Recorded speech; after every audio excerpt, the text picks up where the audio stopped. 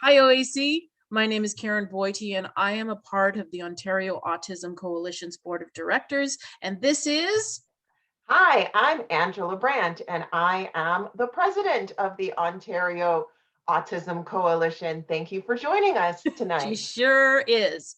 So today, Angela and I are going to share a spooky story. It's a brief history of the Ontario Autism Coalition, designed for those of you who are new or those of you who'd like to do some catching up. So should we just start? Should we just jump in, Angela? I think we should. Let's go. Okay, this story is called the Ontario Autism Program. Is it a Is it a trick trick or or a treat? treat? I don't think it's a treat, but let's go forward. Okay, go ahead, Angela. Well, the OAP waitlist has a little over 50,000 children now. How did we get there? I don't know. It's very ugly. Let's How, talk about it. yeah. How did we get there? So Well, before Ford, yeah, even before Ford, mhm, autism services were clunky and unfair. And Karen, tell us why. well, wait times ranged from 2 years to never. Some kids received intensive long-term supports, while most received short blocks and waited years between programs.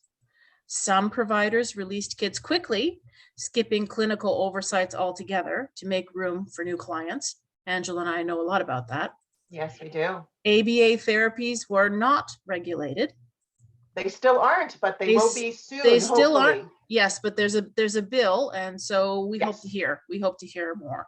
The OAC battled with two separate Liberal governments. This is before Ford, to eliminate age cutoffs, benchmarks, and excessive wait lists. Yes.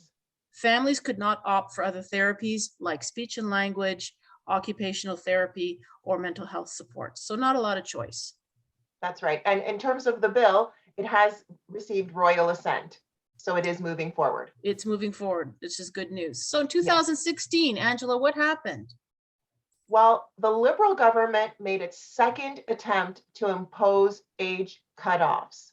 I don't know what they were thinking. The OAC organized protests and educational sessions for parents. And in 3 short months, the program was saved, revamped, and evolving. 3 months. How was it evolving, Angela, if you can say that briefly? Well, first there was the age 5 cutoff that was removed. As well, the program was actually designed to be needs based. Each individual child would get what they require. However, that redesign was over the previous election and it wasn't fully completed. There needed to be some parameters put into place. And so the biggest win was that all children would become eligible for the Ontario Autism Program up to the age of 18. That was very new, with service to be determined, as Angela says, according to need. Yeah. In June 2018, Doug Ford became the Premier of Ontario. And you know what? If he revamped and finished the old program that was evolving, he would have been a hero. But instead, in the fall of 2018, the Ford government secretly froze the OAP waitlist. So it's been over 3 years since any child has moved off the OAP waitlist. In February of 2019, the province announced a new plan, clear the wait list. With 23,000 children on the OAP waitlist, the Ford government moved to a one-size-fits-all funding structure. And you know what's interesting about this, Karen, is that speech by Lisa MacLeod, when she announced the destruction of the Ontario Autism Program, she started it with saying, if you've met one child with autism, you've met one child with autism, which is a common phrase in our community. And then she moves it to one size fits all. Talk about hypocrisy. What could go wrong? Well, let's find out. Boom. Boom, blown to smithereens. Full-time therapy for those who needed it was over. Direct service providers began charging parents directly, resulting in chaos for the DSOs, and centers emptied. Yep, and that resulted in a huge loss of capacity in Northern Ontario, as well as throughout the province. But Northern Ontario providers shut down because it just wasn't sustainable. Panic. Schools and parents scrambled to enroll 10,000 kids with high needs into school. No one was prepared. Nope, neither the parents nor the schools. 500 plus therapy jobs lost. So many jobs. And on top of that, new therapists weren't going into the field. So not only did we lose current therapy jobs, we lost future therapy jobs. Mm-hmm. Who wants a job with no security, right? Exactly. So families protested. Yay, us. Yay, us. In March of 2019, the Ford government hastily doubled their budget. It would be helpful if they spent it, but okay. We'll get to that, right? Yes, we will. An advisory committee was formed featuring some of our best advocates. Yay, Laura. Yay, Laura. In June of 2019, the provincial government actually committed to a needs-based program by April of 2020, even though we're approaching 2022. Wait a minute, sorry, no, December the 19th, the province announced the program would be delayed until sometime in 2021. Yep, you know, I was in the media studio the day that Smith made this announcement. It was horrific. So many parents were in tears. It was terrible. This government just doesn't care. A difficult day. Summer of 2019, the minister at the time started touring the province with listening events. And here's a tweet that he sent out at that time. Enjoyed another great autism community meet and greet in Ottawa with my parliamentary assistant, JR Ottawa. That's Jeremy Roberts. Otherwise known as, sorry to interrupt, but otherwise known as it's better than nothing guy. Better than nothing guy. Through the hard work of the advisory panel and listening directly to families, our government is ensuring that we will deliver a sustainable, needs-based autism program. He clearly didn't listen very well. We had a lot of faith. Some people had a lot of faith in Todd. Things changed. An implementation committee was formed, and sadly, the OAC was not invited to participate. Yes, it's actually called an implementation working group, but that's okay. Okay. December 17th, 2019. This is what I referred to. Parents burst into tears. It was ugly. I was there. It was so painful that, you know, we were actually thinking that April of 2020 was too late. But like you said, we had faith in Smith and we were thinking, okay, well, we'll wait until April 2020 if he's going to get us what we need. Mm-hmm. And then boom, another punch to the gut. Yeah. So we mark this day, December the 17th, as Better Than Nothing Day. And that is because, as I mentioned, Jeremy Roberts said, you know, that interim one-time funding, which became two-time funding, we'll get to that, was better than nothing. So first a punch in the gut and then a slap in the face. In 2020, we didn't hear much from the Ford government until in October of 2020, the government updated us on their ongoing work to enhance the Ontario Autism Program. And this is the... Go ahead, Angela. I was just going to say, Smith was saying that they were going to create an organization called the IIO, the Independent Intake Organization. By the way, it has not been named yet.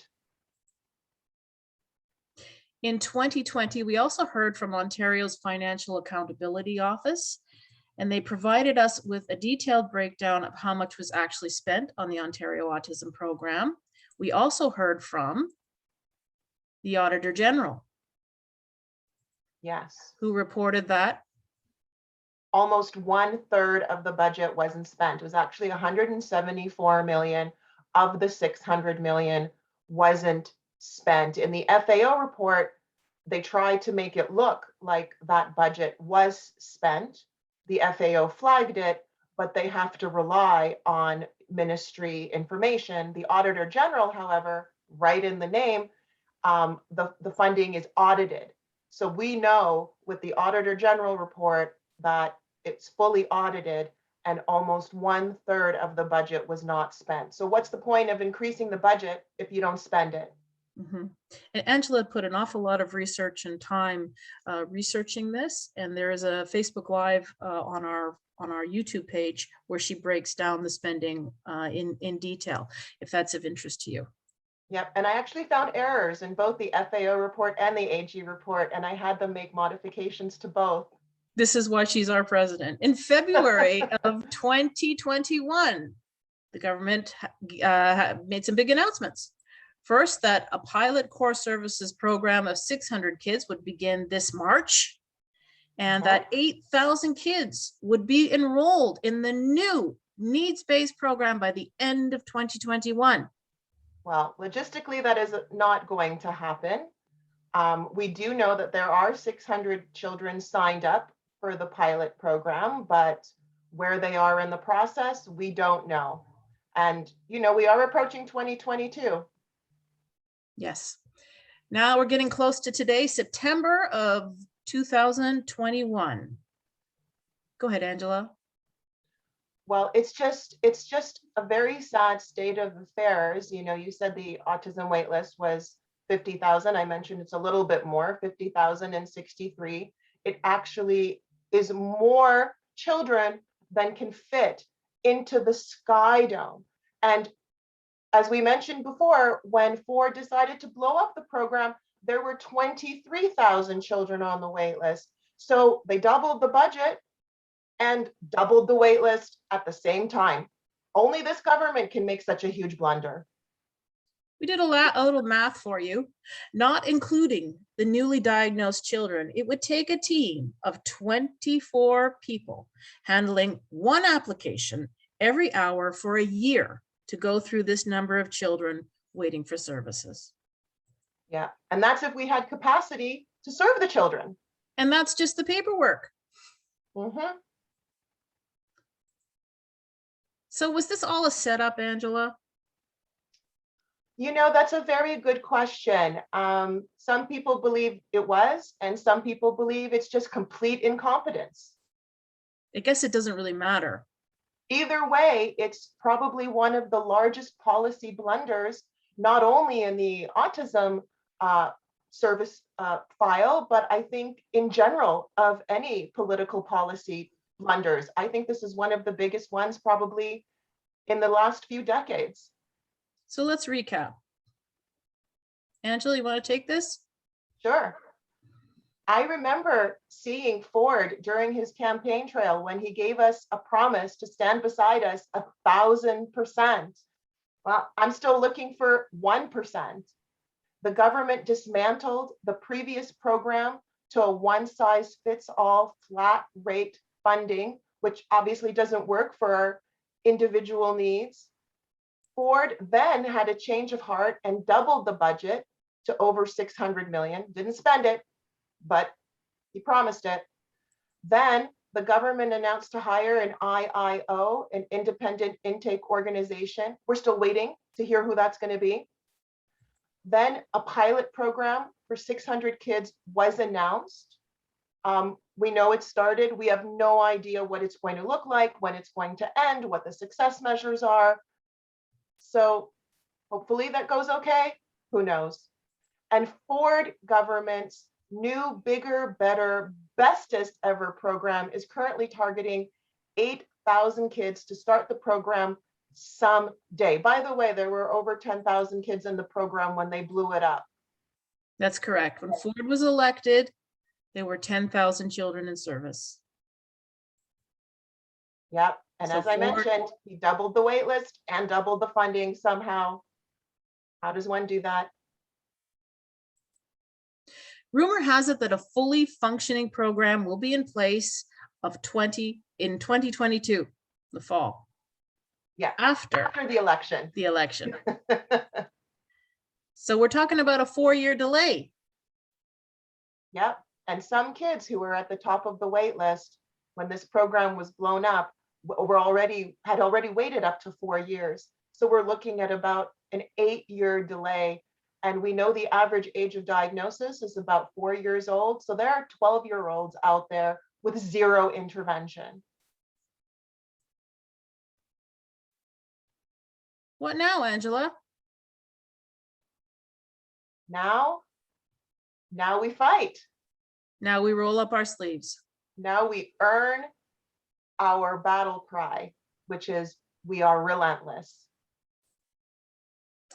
Join us this evening. If you're watching this after the fact, we're going to be hosting a Facebook Live discussing the OAP and breaking it down in giving you even more information this evening, October the 28th at 8:30 p.m. If you missed it, then check out our YouTube page. We'll put this presentation and the Facebook Live on our YouTube page as well.